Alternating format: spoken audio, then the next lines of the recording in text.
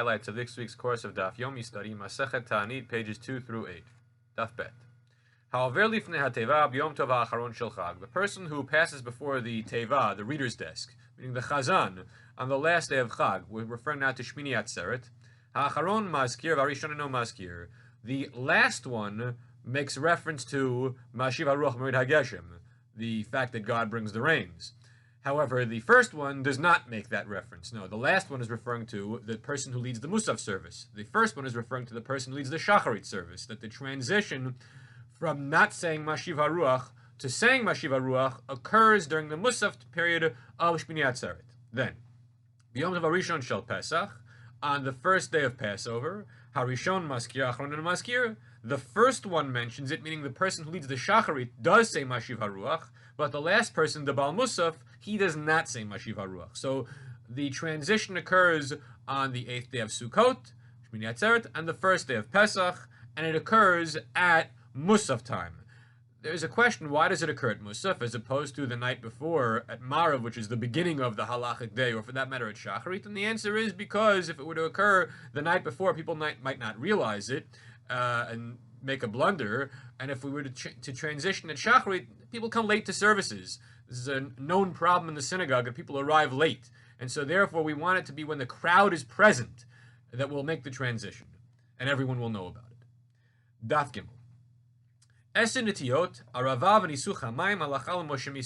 there are certain religious institutions in Judaism, certain halachot, which have no scriptural basis, no basis in the text of the Torah. We know them only from the law of Moses at Sinai.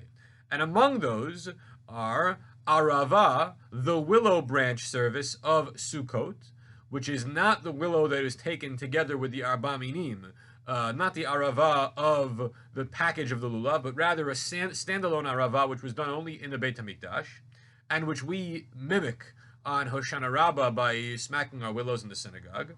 And Nisuch HaMayim, the water libation, that according to the Torah, the text of the Torah at least, libations are always that of wine. However, on Sukkot, there is an additional libation of water, which the Gemara will address. Daf Daled. Anand itlan shrei yomi, heichi avdinan. We who observe 2 days of Yom Tov in the diaspora, how do we handle the transitions from yes Mashiv HaRuach and no Mashiv HaRuach? Because after all, the first day of Pesach is observed on the second day as well as a Yom Tov, lest that be the first day of Pesach. And Simchat Torah, the 9th day of the Shavuot of the Sukkot holiday, is observed because maybe it's really the 8th day. So does that affect our liturgical behavior? The Gemara says, Amarav matchil musafin uposek b'mincha arvit v'shachrit v'chozer musafin, that you begin saying Mashiv HaRuach at Musaf of Shmini Atzeret, you stop at Mincha of that day, and of Marav the next night, and of Shachrit the next morning. You don't say it in those services, and then you pick it up again at Musaf on Simchat Torah the 9th day. Amar Shmuel, Matchil Musafin Mincha, Posek Arvit Shachrit, Choser Betchil Musafin. Shmuel says, no, you say it at Musaf, and you say it at Mincha, because you've already begun saying it on that day, the Shmini Atzeret day. Then you stop on the night of Simchat Torah at Marav, and you don't say it again at Shachrit either, and you pick it up again, Musaf, of the 9th day. The Hilchata, however, the law as we practice it is, Kevan she'itchil shuveno posek, once you begin saying Mashiv HaRuach, you don't stop. That we disregard issues of Yom Tov Sheni, second day of Yom Tov, when it comes to this aspect of our prayer service. We begin, we keep going. Daf Hey. Hachiyam Rabbi Yochanan. In Masechet Beseuda, Shemayatim kana leveshet v'yavod sakana. When you're in the middle of a meal, you shouldn't engage in conversation.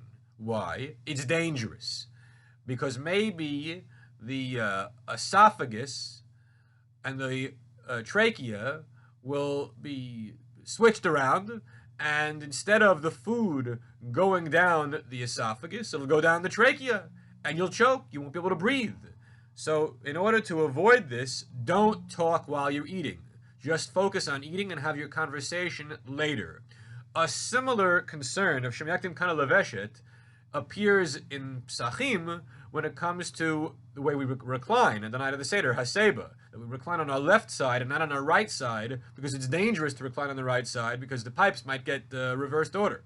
So again, the focus is avoiding sakana. Daf Vav. My mevarech. When it does rain and our prayers have been answered, how do we respond liturgically to express our appreciation to God? Amarav Yehuda Amarav, Modim lanachnu lach, Hashem Elokeinu, al kol tipa v'tipa shehoradet lanu. God, we thank you for every drop that came down. Meaning, we're taking nothing for granted. That Israel is a country which is in an arid region, and it can be drought, and it can lead to famine. Bad things can happen in the absence of rain. And so, because rain is so precious, we don't just assume we'll have 10 inches this year. Every inch, every drop is a blessing, and we recall God's beneficence in mentioning kol tipa v'tipa, every drop. Daf Zayin. So when does the rain stop falling? Well, when the weather patterns change, the rain stops falling. But what is the spiritual malady? What sin might we be guilty of that would cause the Almighty to cease bringing the rain on our behalf? Well, one is the sin of not giving Trumot and Maasrot, the Levitical tithes. Another is Bishvil Misaplei Lashon Hara. People are speaking Lashon Hara about each other, evil speech. Bishvil Avon Azeh Panim, because people are brazen.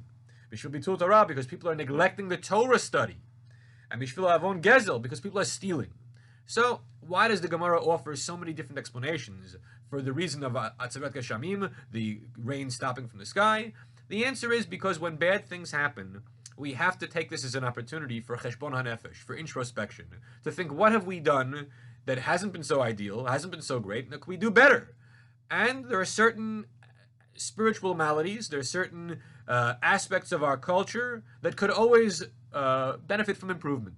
We could always study more Torah, we could always be more honest, we could always stop stealing, and we could always stop speaking Lashon Hara. These are some of the things that we are guilty of, and so, in a moment of crisis, we'll say, this is why it happened, we got to stop doing this. Daf Chet.